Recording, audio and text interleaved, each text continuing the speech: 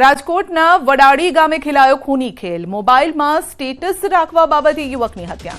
32 વર્ષીય યુવકની છરીના ઘા ઝીંકીને હત્યા કરાઈ છે। મોબાઈલમાં સ્ટેટસ મૂકવા બાબતે થઈ હતી બોલાચાલી।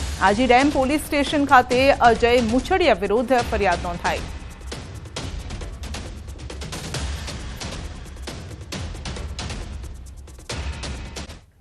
તો ગુમ થયેલા શાળા બનેવીના મૃતદેહ મળ્યા છે। વડોદરાના કરજણ વિસ્તારની આ ઘટના છે। બંનેના ખેતરમાંથી મૃતદેહ મળતા ખળભળાટ મચી ગયો।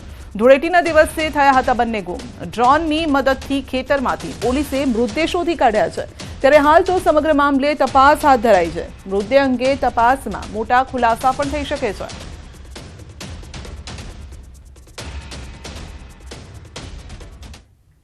તો સુરતમાં ફરી નકલી ચલણી નોટ ઝડપાઈ છે। એસઓજી પોલીસે 9,000ની ડુપ્લિકેટ નોટ સાથે 2 આરોપીને ઝડપી પાડ્યા। આરોપીઓ પૂણા શાકભાજી માર્કેટમાં 500 રૂપિયાની નોટ વટાવવા જતા પોલીસે દબોચી લીધા। પોલીસે 2 આરોપીઓની ધરપકડ કરી, જ્યારે કે 1 આરોપીને વોન્ટેડ જાહેર કરાયો છે, જેનું બાંગ્લાદેશના માલદા શહેર સાથે કનેક્શન હોવાનું ખુલ્યું છે।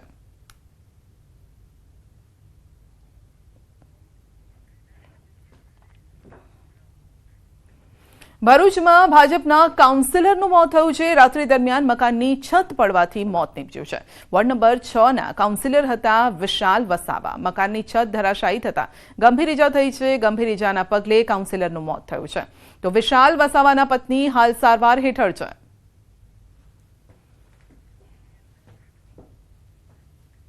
ભાવનગર મહાનગરપાલિકાએ દબાણકર્તાઓ વિરુદ્ધ બોલાવી છે તવાઈ। કુંભારવાડા વિસ્તારમાં શરૂ કર્યું છે મેગા ડિમોલિશન। ઘડેચી શુદ્ધિકરણ પ્રોજેક્ટને અડચણરૂપ 811 જેટલા આવાસો તોડવાની કામગીરી કરાઈ છે। અગાઉ આ વિસ્તારમાં 811 જેટલા મકાન માલિકોને 2 વખત નોટિસ આપ્યા બાદ તંત્રએ કાર્યવાહી કરી। 2 હિટાચી, 4 જેસીબી સાથે 100 જેટલા મનપાના કર્મચારી અને 200 જેટલા પોલીસ કાફલા સાથે તંત્ર દબાણો ધ્વસ્ત કરવા માટે પહોંચ્યું।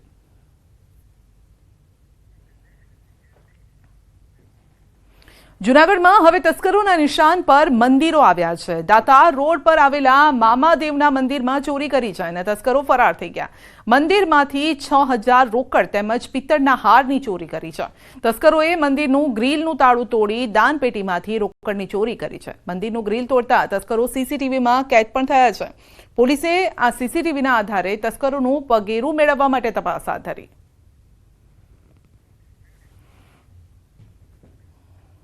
વડોદરામાં તસ્કરોએ હદ વટાવી છે। લોકોના ઘર બાદ જાહેર પ્રોપર્ટી બનાવીને ટાર્ગેટ। ટ્રાફિક સિગ્નલ, સીસીટીવીના પાવર બેકઅપ બેટરીની ચોરી। પોલીસે 3 રીઢા ગુનેગારને ઝડપી પાડ્યા છે। ચોરી કરેલો 12 લાખનો મુદ્દામાલ પણ જપ્ત કર્યો છે। 3 માસમાં 215 બેટરીની ચોરી કરી છે। તો ખુલ્લા રોડ પર ચોરી કરી પોલીસને પડકાર પણ ફેંકતા પાલિકાના એલઈડી, ટ્રાફિક સિગ્નલ, સીસીટીવીની 12 લાખની બેટરીની ચોરી કરી છે। તો છેલ્લા 3 માસમાં અલગ અલગ ઝોનમાંથી 215 બેટરીની કરી હતી ચોરી।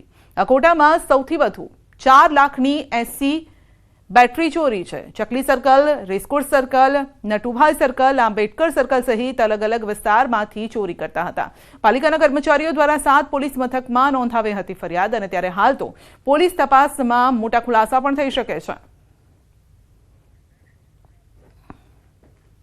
વડોદરામાંથી ઝડપાયો છે મોટો કૌભાંડી। મૂળ જયપુરનો કપિલ કલ્યાણજી ઝડપાયો છે। મુંબઈની ન્યૂ ઇન્ડિયા બેંકમાં કરી હતી ઠગાઈ।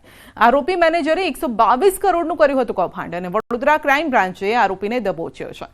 આરોપીને મુંબઈની દહીસર પોલીસને સોંપાયો છે। આરબીઆઈની તપાસમાં ઉચાપતની વિગતો બહાર આવતા ગુનો પણ નોંધાયો છે।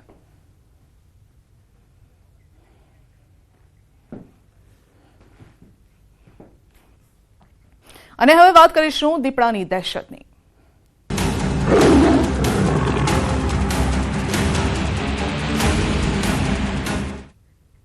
નવસારીના ગ્રામ્ય પંથકમાં દીપડાનો હુમલો। ખેતરમાં કામ કરતા યુવક પર દીપડો ત્રાટક્યો છે।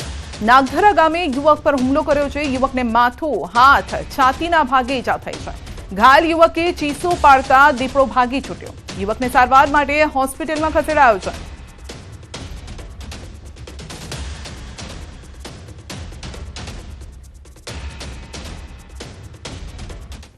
ગીર સોમનાથના ઉનામાં દીપડાનો આતંક ગુંદાળા ગામે આધેડ પર દીપડાએ હુમલો કર્યો છે। વાડી વિસ્તારમાં કામ કરતા આધેડ પર હુમલો કર્યો છે।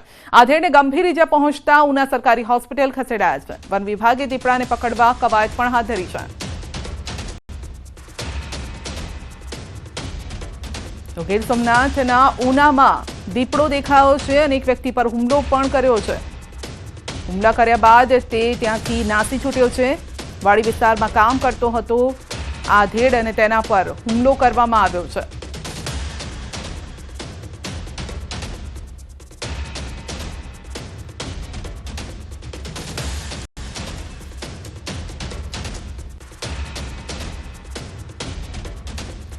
દીપડાની દહેશત આપ જોઈ શકો છો। બે દ્રશ્યો અમે આપને બતાવી રહ્યા છે। આ બંને જગ્યાએ દીપડાએ લોકોને લોહી લુહાણ કર્યા છે। ક્યાંક